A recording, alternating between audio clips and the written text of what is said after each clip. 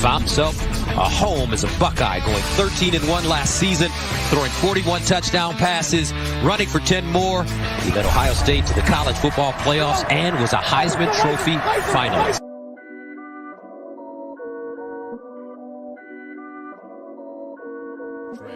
Back, it looked like he gained 5 extra yards. They got the play off, Gus. Fields looking for the deep ball. Touchdown, Ohio State, Garrett Wilson. As soon as he flies back and towards his right, Fields is going to take him there with his eyes, and then he goes back to the post route and delivers it beautifully. To find the open receiver.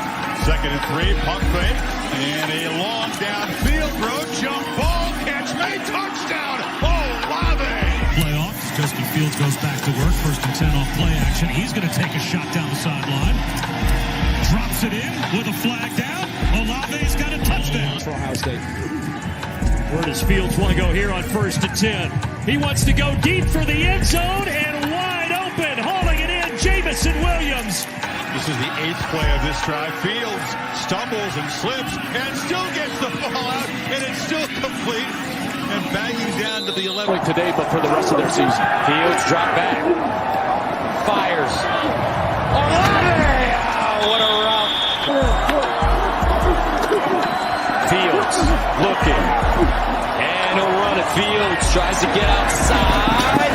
Spins, touchdown, Justin Fields. They right down the middle, and they played it perfect. Deontay Williams is there, and then an above the X's and O's player takes it outside, spins, and still gets. At the touchdown of the first quarter, Fields still has the football and just fires another brilliant throw. And Fields fakes the give to Teague. He's looking that direction. And it is caught inside the 10-yard line. Fields looking to throw. Drops back, delivers over the middle, and it's a 1st down and goal. It's down and goal at the 5. Fields rolls out. Throws it. Incomplete. Smith in Jigba. Fields keeps, and Fields walks in with a little hop at the end. Come for the stop. Fields looking to run, flips it, easy pitch and catch. They're used to getting 4 or 5 yards when T carries the football. Here it's off with a play fake to Sermon for the end zone and hauled in by Chris Olave. On the defensive side, they snap it on the slant and a touchdown. Walking in was Jeremy Rucker. He is one interesting cat, that's for sure. He's a smart cat. Reads all the time. Over the middle, completed pass to Garrett Wilson. Fields pump fakes, wants to take it downfield shot. That's Olave. Fingertip catch, touchdown. Game. Fields releases for the back of the end zone. What a throw, and Garrett Wilson. Fields had time and protection broke down late, but he delivers a downfield strike. Fields, he's got McCall if he needs him, and he does need him. 1st down. So DeMario McCall, welcome to the party, my friend. Unreal. And on 1st down, Fields over the middle, and it's caught. Fields, what a throw. Garrett Wilson breaks it back, stiffened arms, and goes down. Back of the end zone, caught. Jeremy Rucker. It was great. I mean, it feels like, that I'm home. So I'm excited to be a Chicago Bear, and I'm, excited to get started.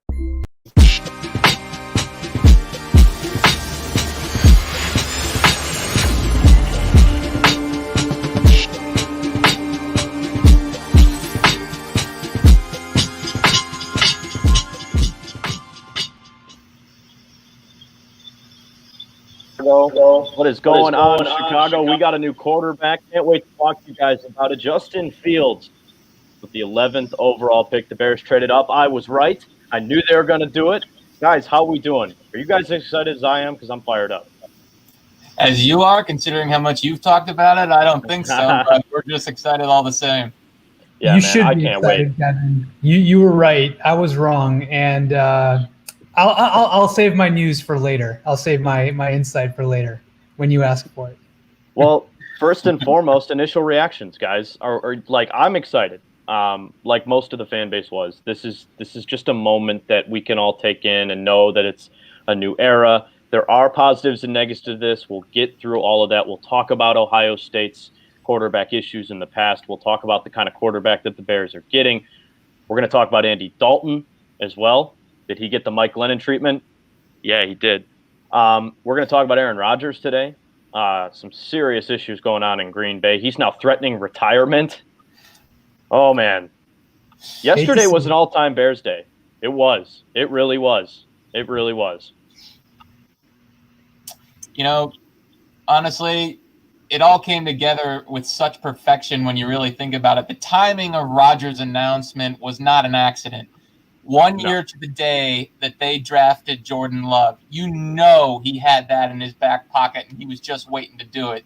And, you know, this is something that's been building not just for the past year, but for years beyond that. I'd say as far back as 2019, he's had problems with this front office for a while now. So this is something that's been building, and I think the Jordan Love thing just sort of kicked it into overdrive. And the fact that the Bears got a talent like Justin Fields, who has superstar capability on top of that on the same day, almost poetic when you think about it.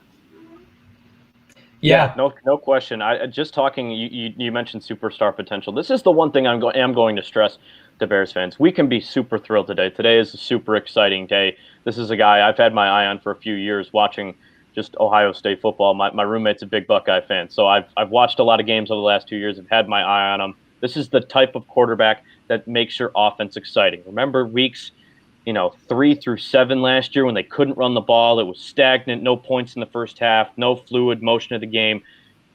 This changes everything. He may not play this year. I think he will. Personally, I think he's going to start at some point. But just everything that he brings to the table, your offense is exciting again. This is not only exciting because you get a quarterback, but he brings you modern-day offense. He looks like he's a bigger Kyler Murray. Like, he gives you so much more to do, and it's exciting, man. I'm thrilled. Drew, what were you going to say? Okay, so I will say that Justin Fields is absolutely exciting.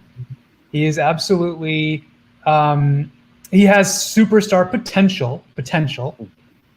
His issues and my issue with Justin Fields, and frankly a lot of quarterbacks, is how quickly can you process? And look, the trade will not mean anything if he hits. The trade will also not really mean anything if he fails. All that matters is whether Justin Fields is good or not.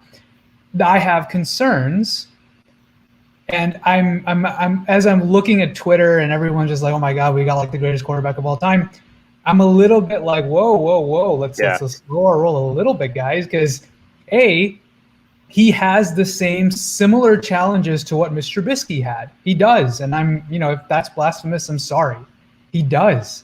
It takes him 1.5 to 2 seconds to get off his first read a majority of the time. That's not good. He has to speed it up. If he does, he's absolutely can be the best quarterback in this class. He absolutely can be a top 5 to 10 quarterback. But that's a big if. It's one of the hardest things to do in the NFL. I see Trapeze11 says you can't compare him to Trubisky. Yes, you can. You absolutely can. It's all about, can you process quickly enough? Mitch couldn't, and he never learned to. Justin Fields, we'll see.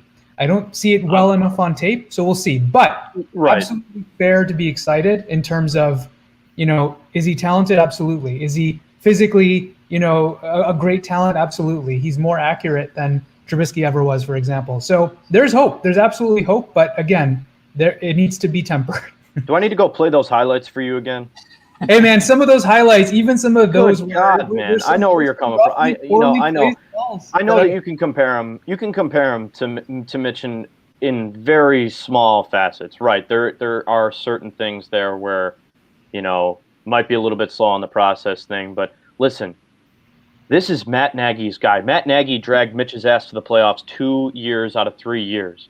He made it to the playoffs with a quarterback he didn't want. He wanted Mahomes. He got his guy now. We'll roll the tape back later. It's what we all agreed on in the last show. Listen, this is not just a random trade-up guy to figure it out. This is Matt Nagy's guy. He's hitched his wagon to Justin Fields. They bought themselves a contract extension. Whether we want to admit that or not, that's part of a negative. If you really think this is going to go south, that's a negative you can throw on there. But, man, Justin Fields, play-wise, nothing like Mitch Trubisky. They're completely different quarterbacks. They played against different talent. Justin Fields he was a stud in college. What I'm talking about is his hindrance. The hindrance is the same. Can he overcome it? We'll see. Matt Nagy picked him. So that gives me a little bit of hope that Nagy sees something. I mean, you looked at the quarterback you were stuck with for the last 3 years, he never, overcame his issues. You see potentially similar limitations in this quarterback, and you wanted to go up and get him. So I have always been a believer in Matt Nagy. I know some people hate me for that too, but I'm with you. I believe in him too. Yeah, I believe in Nagy, and if he thinks that he can coax us out of Fields, that's awesome. I'm definitely willing to wait it out. I'm not going in this with some oh my God, Fields is this terrible quarterback, and oh my God, what are we doing? But I'm willing to watch and willing to see if Nagy can do it. But we'll see. But that does give me some hope that Nagy, after nailing his evaluation in 2017, decided that he wants to go up and get Fields. So we'll see. I'm excited to see how it plays out. This was also too, Eric, I want to ask you about what kind of quarterback they're getting, but I want to add one point here too, and this is the fact that this draft, it felt right. It didn't feel like they reached too high to get him. It felt like Pace learned a lot from that draft. He let it kind of evolve through the first 10 picks, saw that the Lions weren't taking quarterback, saw where things were falling into place, and goes, okay, perfect. This is a great opportunity for me to move up here. Let's get ahead of the Patriots, because the Patriots were going to take a quarterback. I think they probably would have taken Fields. Maybe I'm wrong in that assumption, but we've heard the Belichick-Saban thing. They're friends. But I honestly think that they were set on Fields, and this was a really good move. It didn't feel like they gave up too much. Next year's first rounder and a fourth rounder, fine. I think this was worth it. Moving up 9 slots to get a quarterback that was truly talented in college and can showcase a lot of those abilities in the league and provide excitement to your fan base, I think it's worth it. So what kind of quarterback are we getting, though? That's really the question here. Well, I did a scouting report on him about a month or two ago, and it was belated because I honestly thought he was going to go really early. I had heard all the talk about him going probably number 2 after Trevor Lawrence. That was the talk for, a year? It was crazy. So, I wasn't expecting the Bears to be anywhere in his vicinity, but as I started to hear the pre-draft noise, I'm like, okay, he might drop, so I should probably do a scouting report on him just in case. And physically, I have no problems with him. Big arm, big body, can run fast, accurate at all levels, including a really great deep ball. And, I'm not worried about any of that. His field vision is fine. As Drew mentioned, the processor needs to be quicker, but I would counter saying that's pretty much a problem for most college quarterbacks coming out of college. So it always comes down to which ones are going to make the adjustment and which ones aren't, and you really can't predict that. I compared him to Cam Newton, and from the way they throw the ball, from the way they're able to run, from their big, strong bodies, I do think that Fields is a more natural passer, especially in the pocket, and I think that's what gives him a huge edge over Cam in terms of coming out, and I think that's what gives him a higher ceiling. So that's what gets me excited about him. And one thing that I just learned recently was Matt Nagy was really taken with his mind in terms of his intelligence. Yeah. And it was really cool. He actually called Fields right after they picked him and actually ran a little pop quiz on him, asking him, do you remember a specific play we discussed when we were having our Zoom calls? And literally Fields spit it back on him verbatim. Play by play, bit by bit, absolute perfection. He remembered it vividly. And keep in mind, with this pre-draft process, it's absolutely chaotic. You're talking to multiple different teams. You're doing interviews. You're doing all this stuff. For him to still recall that after all that noise is very impressive. And then Mark Sanchez goes on the Pat McAfee show on top of all that, and he reveals that a sports psychologist actually did a test with Fields and said he scored the highest aptitude of any sports athlete he's ever interviewed after out of like crazy 6,500 that he's ever done it with. Mahomes had a 108. Josh Allen had a 108. Fields had a 130. So that gives you an idea of the type of intelligence they might be dealing with here. He's smart. Yeah, he also had a 4.1 GPA too in college. I mean, I know that's not football related, but this dude's smart. He's goal driven. I mean, I don't know if you guys have heard some of his interviews, but even him talking after the draft yesterday. I mean, this speaks to me as a guy who's confident in himself. Yes. And he's not there to be good. He's there to be great. Mm-hmm. He's there to say, hey, I don't have any expectations on myself because I already know I'm going to be great. Like, this isn't, we're working through stuff. We're trying to get our offense. And that's what it always felt year after year with Mitch. It felt like, we're still working through things. We're still trying to figure it out. And I'm not saying there's not going to be growing pains with Fields. There's absolutely going to be growing pains. If we're thinking he's going to be Patrick Mahomes, we need to step down. He's not going to be Patrick Mahomes, okay? That's the other thing I want to talk to Bears fans about. You guys can be excited, but let's not run this guy out of town when he goes, maybe 8-8 or 8-9 in his first year as a starter. Aaron Rodgers was 8-8 in his first year as a starting quarterback of the Green Bay Packers, and he's freaking Aaron Rodgers. 6-10. 6-10? Oh, he was okay. You're right. He was 8-8 the following year. Then, I mean, this He was is just, 9-7 actually, but whatever. oh my God, you're throwing stats at me like crazy. You sure? I don't know. I might have to fact check. I believe. Remember in 08 they were 6-10, for sure. So yeah, you're probably, and that's the thing too. Is like he's not going to come in and light the world on fire. Like, we got to give this guy some time. He's 22 years old. He's taller than Mitch. He's bigger than Mitch. He's stronger than Mitch. He played against better competition. Let's just give him a clean slate. Okay? Yeah. No pressure. I like what I hear from him when I heard him talk to the Chicago media. He doesn't. Whenever you heard Mitch in a press conference, and I really don't want to compare them, right? I mean, they are. I know I said he has Mitch's limitations, the main limitation, but they are. I don't want to go and compare them down the road. But when I heard Mitch talk, it was painful. It was rehearsed. It was stumbling on his own, words. Yeah. No confidence, nothing like that. Fields sounds confident. He sounds like he knows exactly what he's there for. He knows what he brings to the table. He knows what his strengths are. And I like that. I appreciated hearing that. It was nice to hear that from a quarterback during a press conference. He sounds determined. He sounds serious. All that kind of stuff. It was cool. It was honestly pretty motivating to hear that. So we'll see. We'll see if it translates. I heard all the stuff that you said, Eric, about his scoring really well, recalling the formations that Matt Nagy asked him about, quizzed him on later on, and he recalled it with perfection. That all that is encouraging. I have no doubt that Fields will be able to learn the offense and the intricacies and be able to command all that. The question is, once the snap happens, can he process fast enough? We'll see about that. Can he learn that? But other than that, intelligence, absolutely, and we'll see. I mean, it should be. It'll be interesting to follow. I mean, and I am honestly, I know I made reference to this on Wednesday. Andy Dalton starting the first few games of the season is it's not throwing away games like it was Mike Glennon starting. You are still competing with Andy Dalton. You get Fields to learn the game, and quite honestly, if he needs to go and start the second half of the year because the Bears feel like they can make a run and Fields brings them this extra dimension, great. If it doesn't and ends up sitting the whole year, that's also fine. Right. And one of the biggest arguments I keep hearing is these issues with Ohio State quarterbacks. People want to compare him to Dwayne Haskins, and that's a real fear. But I do want to reiterate a few things here. Dwayne Haskins was put in a very unhealthy situation in Washington, completely different from what the Bears are doing. And honestly, it does make the idea of keeping Nagy and Pace around for another year look like a good thing. If this was their plan all along to get a guy like Fields, give him a coach and a GM that are going to be there. And that's what this signals to me is this is more than just getting Fields. This is a contract extension for Pace and Nagy. And however you want to view that, whatever. But the constant comparison I hear to Dwayne Haskins, it's realistic. They throw, if you look at their collegiate stats, they're identical.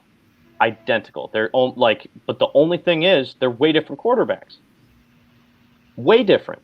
If you watch Justin Fields play quarterback, I mean, his athleticism puts Dwayne Haskins in the dirt. Dwayne Haskins was one of the most immobile quarterbacks in last year's draft. He struggled. He never ran the ball, and that's one of the complaints we hear from Ohio State fans all the time is, he didn't want to run the ball.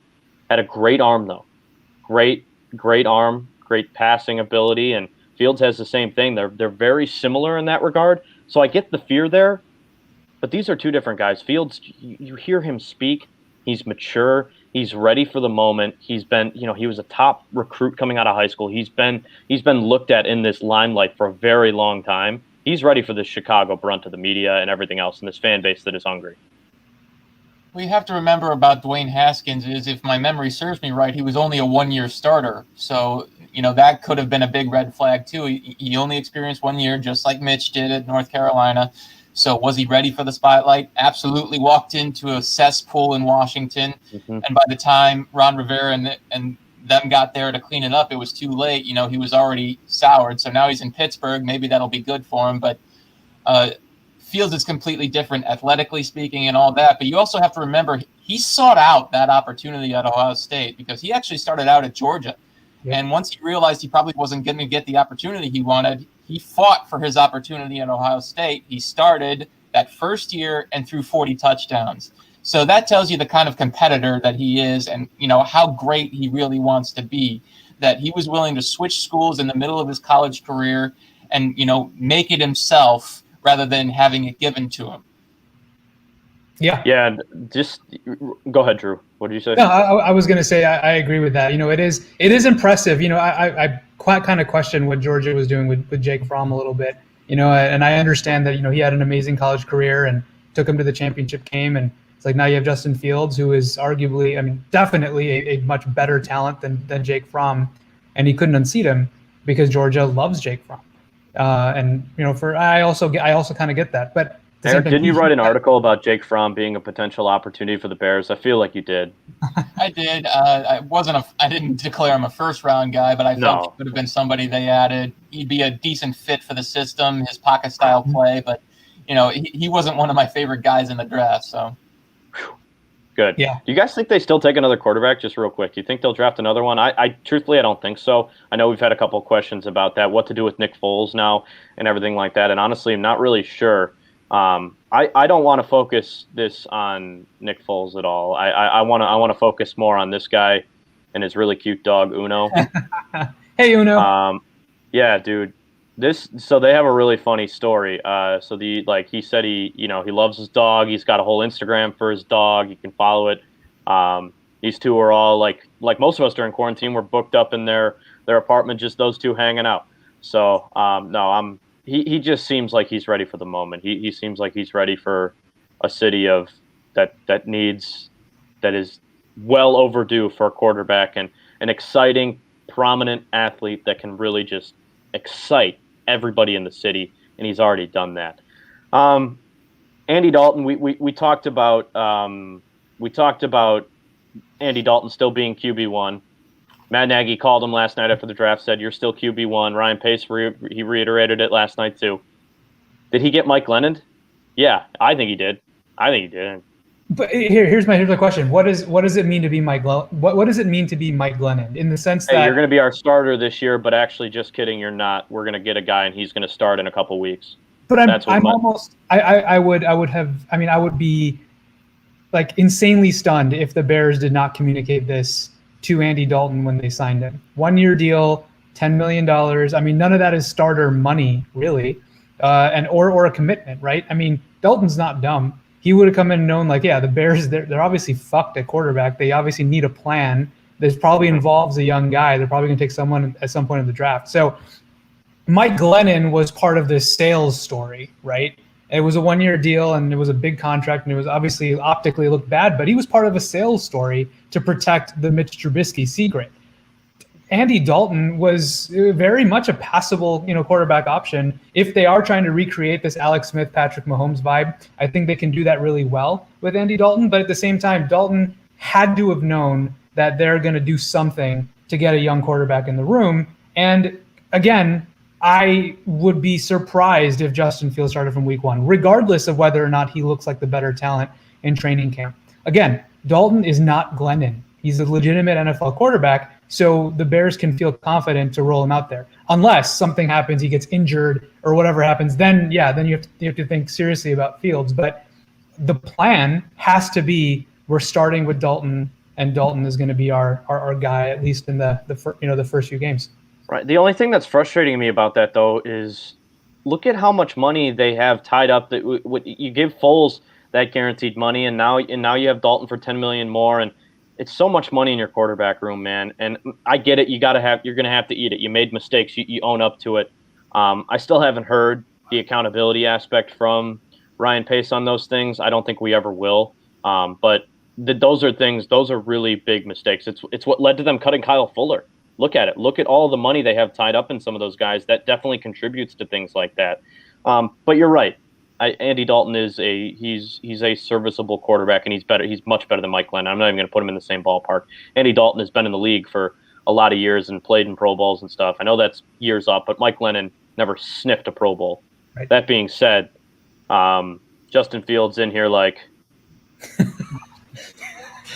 So when you played this GIF on Wednesday, I laughed, and now I'm like, well, yeah, I guess kind of, but we knew it was coming, man. We knew it. Come on, like it was the writing was on the wall. You heard Ryan Pace talk about in the pre-draft interview. He goes, "Yeah, this quarterback draft's pretty good, but I'm not saying who I'm going to take." And my heart skipped a beat when they traded up. I'm glad they took Fields. I was worried they were going to take Mac Jones. Not that Mac Jones isn't going to be a possible quarterback, but I think that Fields. He's much better. Did you hear Eddie Jackson in his little live Instagram thing? Yeah, man, come on, Eddie, come on. Fields or Mac Jones, like so they would have been okay with Mac Jones, which is interesting to hear. But yeah, no, you were referring to the Trubisky. Yeah, of course, of course, it was in Alabama, the connection there. But I mean, still, if Mac Jones was terrible, which he's not, but if Mac Jones was terrible, I doubt Eddie Jackson would be vouching for him. I thought you were going to what Eddie said about Trubisky, because that's really what made me mad. Like, dude, like I get that. I don't know, that stuff makes me mad for Mitch. If I saw that and I was in his shoes, dude, relax. Like he didn't ask to get chosen second overall. Like he gave it his all. We're not going to slander Mitch anymore. It's a new era, and that made me upset. I didn't like that, but it was kind of funny for what it's worth. If you think it's like it is what it is, but Ryan Pace did talk about getting Fields and kind of the quarterbacks, and so let's hear what he had to say. Obviously, a lot of excitement through our building tonight. We feel really fortunate to be able to get Justin, in the area of the draft. We were able to select him. The excitement throughout our whole building, you can feel it as I walk down here tonight. What he's going to do for the future of our organization. There's so much, guys, that goes into this process, as you well know, but starting with Matt and our scouts and our coaches as we build into this moment and into tonight. But I think, when we select a quarterback, the situation that quarterback is coming into is critical. And I think we provide a great situation, as I kind of alluded to a couple of days ago, for that quarterback's development to happen. Matt has spoken to Andy Dalton tonight. That communication and clarity for us is really important. Andy is our starter, and we're going to have a really good plan in place to develop Justin. So there you go. There's Ryan Pace talking about they have a plan in place. Andy Dalton's going to start. Andy Dalton will start week 1. I'm confident in saying that now. But I truly believe Fields is going to start this year. I think he's going to start some games for this team. That all does depend, though, on what they choose to do with Nick Foles now, because there's some money there. If a team wants to go after him, needs a backup, a starter gets injured, we see, heaven forbid, we see another Dak Prescott type of season-ending injury again. Teams are going to be calling the Bears about Nick Foles. I guarantee it, and I think they know that, because Nick Foles can come in and he can be a backup better than most backups in the league, even though we saw a Foles last year that wasn't great. But I think that's what they're waiting for. So there was actually a report just now on Twitter that Nick Foles could be traded as early as tonight by at Pod Guy Fuges, Austin F on Twitter. I know he's broken some news in the past. Seems to be well connected. Where would he go? Say that again. Where would Foles go? Like Philadelphia again? It's a good question. I can't really figure out a team that the teams that needed quarterbacks took quarterbacks. I mean, and the Patriots have their starter in Cam already. They're going to groom. They're going to groom Mac Jones up. Just trying to think of quarterbacks off the top, or teams that need quarterbacks. Miami could use insurance. Philadelphia could use insurance. Denver. Well, I guess Denver has insurance in Teddy. Yeah, they're good now too. Yeah, they're good. Carolina maybe, like backing up Sam Darnold. That could be an option. But yeah, I mean, again, if they move Foles, that's great, because that's a lot of money you can get off your books. I think the Bears would probably have to eat most of the contract, but I mean, if they can get like a 5th-round pick, 6th-round pick for him, that'd be great. That's also true. Right, exactly, because there's still a lot of holes.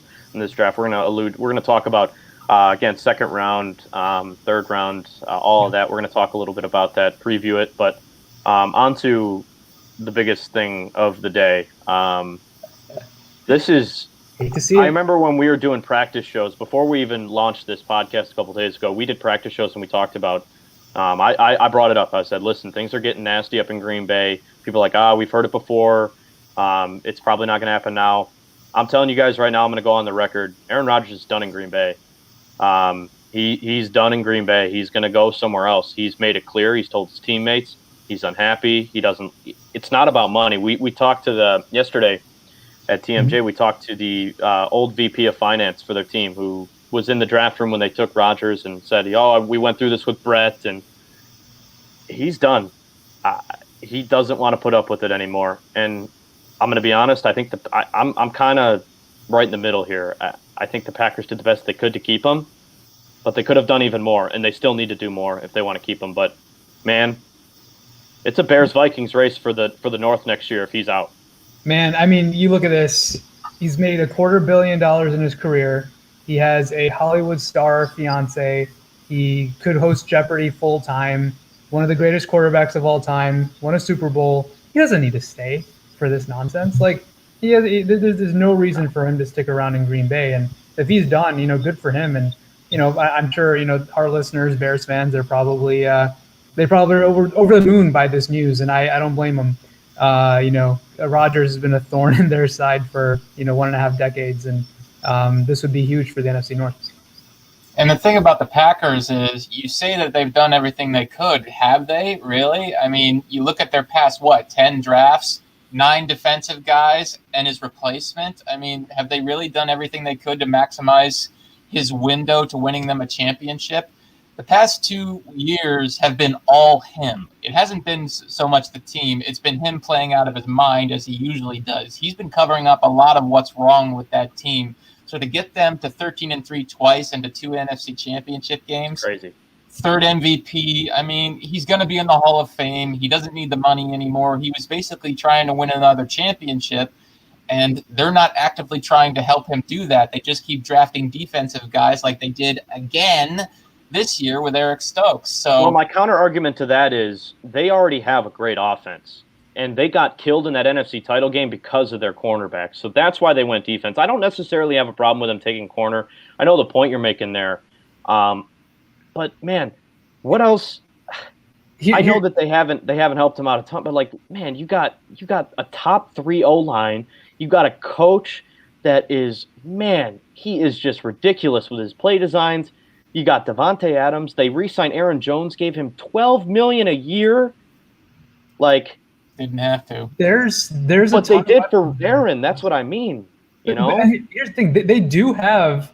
I mean, it's not like Aaron Rodgers has never played with good talent. He gets into the league. He plays with Greg Jennings and Jordy Nelson and Randall Cobb, and then it moves on to Jermichael. I mean, he has Jermichael Finley. Yeah, he had Ryan Grant too. And now he's got Aaron Jones. He's got Devontae Adams. I know he's made some of these players like Robert Tonyan, right? I mean, obviously that's probably more of an Aaron Rodgers made player, but elite offensive line. It's unfair to say that Rodgers hasn't had help, but I get if he's unhappy. I mean, he's obviously it's obviously his prerogative to be unhappy, but to say that Rodgers has been surrounded by nothing is also, I don't think that's fair. But that being said, I would have killed for the Bears to have any of those pieces that they had last year. Absolutely. And so I understand them, taking a cornerback like Eric Stokes, and you put Stokes on the outside. You have Jair Alexander on the outside. 2 shutdown. I mean, Stokes definitely has the potential to be. Jair Alexander already is. 2 shutdown cornerbacks. You still have Zadarius Smith rushing the passer. Kenny Clark. That is a pretty solid defense with a line to collapse the pocket and 2 corners that can actually stick with receivers. It's going to be tough. So you think he's done? You think he's going somewhere else? You think he threatened retirement today too? Ian Rappaport reporting that he threatened retirement. I mean, this dude, he's not screwing around anymore. He's done, man. Yeah, I would not be surprised. I mean, Rodgers always has done things his own way, and he's 38 years old. He really doesn't have any reasons left to play other than chasing another championship. So if he feels it's not worth it anymore, I think Emmitt Smith really put it best. Once you start poking at a man's love for the game, it's over. And I think that's what the Packers have been doing. I'd like to tell my freshman year baseball coach that's the reason I'm not in the MLB today, is because he made the game not fun for me. So if you're listening, Coach Rasmussen, thanks for ruining baseball for me. Just kidding. I love baseball. He was a bad coach, though. Listen, I think what? Come on. You guys don't think I could have gone pro? I think I could have gone pro. I just love the dig there. No, he was used to No, listen. If Aaron leaves the North, I mean, they're not a bad football team, but man, they're not better than the Bears. I'll tell you that much, and they're not better than the Vikings either. The Vikings have a great offense, and I think they were really smart to move down in the draft yesterday.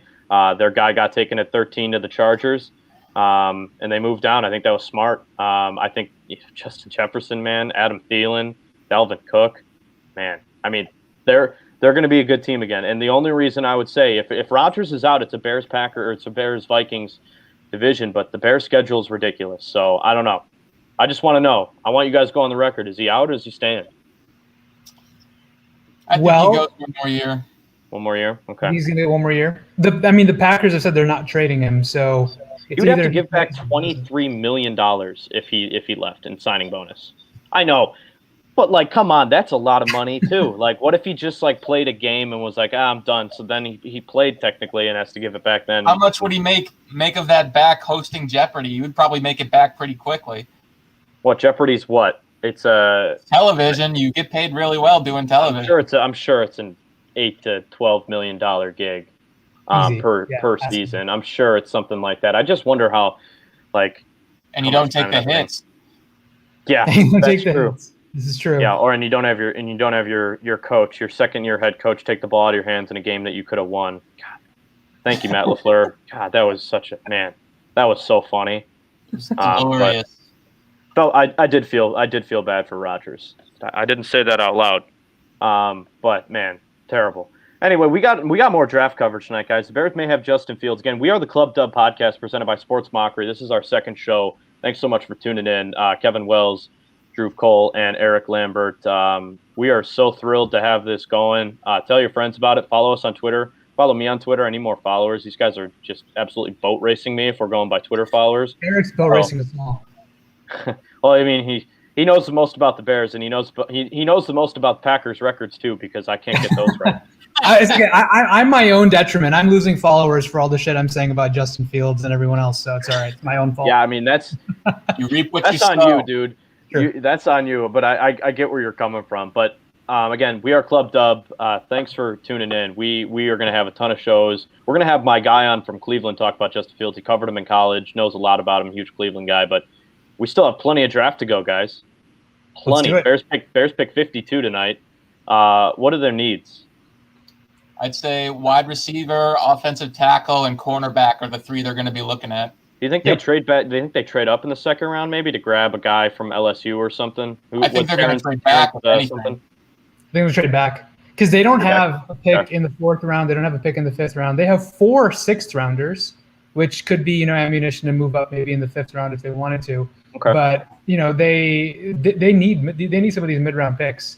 If they trade down from 52 to late 50s, early 60s, and they pick up a third or fourth rounder, that's huge. And they can still, I'm looking at the talent still available on the board. There are several players still, at positions of need for them that they could, that could conceivably fall. So, and keep in mind, there are some teams like Minnesota or, even Philadelphia that could be looking at quarterbacks, even as a backup position, like, that's true. I didn't think about that. Yeah, they could take that 52 spot, take a quarterback. Bears could get something for it. No, I didn't think about that. That's true. Yeah. Okay. So throw me some names. We got any names that you guys are looking for? I like that kid from LSU, Ole Miss, but I think he'll go. I think they'll go pretty quickly here in the second round. Those 2 wideouts. Talk about Elijah Moore and Marshall. Yeah, I like Elijah Moore a lot. He looks great. So. I like Elijah Moore, Rondale Moore, Dwayne Eskridge at receiver. I like those guys. At offensive tackle, there's still several names. Tevin Jenkins is there. Who am I thinking of? Samuel Cosme is still there. Walker Little is still there. So there are some names that they could get. Eric, sorry, I didn't mean to cut you off. No, it's all right. Looking at offensive tackle, there's a ton, really, if you really think about it. I think a guy that's probably going to go earlier than people think is Spencer Brown out of Northern Iowa. Mm-hmm. Athletic freak, 6'8", 34-inch arms. Bears have actually kept a close eye on him throughout the process, so I wouldn't be surprised, even at 52 they might take him. But if they did move down, I'd be even more convinced that he would be, somebody they would consider. Also, Tyson Campbell, the other cornerback from Georgia, I think he's actually he's better than Eric Stokes, the guy who went in the first round. So if the Bears somehow got him at 52, I think he'd be a great pairing with Jalen Johnson. All right, well, we're definitely going to find out. A couple more picks for the Bears tonight. It's an exciting day. Celebrate, Bears fans. Enjoy this. This could be a pivotal moment in the franchise. Justin Fields is a Bear. They moved up to take him, only gave up a future first, next year's first, and a fourth. I'm correct on that, right? Yes. This year's fifth, Just a first and a fourth. Yeah, I mean, that's great. It's just great news. This was needed. So enjoy it. Don't put too much pressure on the kid. Let him come in. I call him kid, and I'm only a year older than him. But don't put too much pressure on him. Come on in and have some fun, though. Enjoy it. The drinks are going to taste better this weekend. The food's going to taste better. Aaron Rodgers might not be a Packer by the end of the weekend, which opens up the division. We might be having some fun next year, fellas. Again, we are the Club Dub Podcast. Thank you guys so much for tuning in. We'll see you next time. It was great. I mean, it feels like, that I'm home. So I'm excited to be a Chicago Bear, and I'm, excited to get started.